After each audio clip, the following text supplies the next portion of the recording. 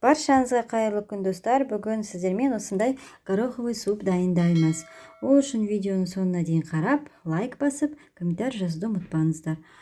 Менің каналыма тіркеліп кетіңіздер. Бізге пияз, картоп және горох қажет. Горохты алдымен суға 1 сағатқа салып қоямыз. Содан кейін кастрюльге салып пісіреміз. Ішіне курицаның етін саламыз.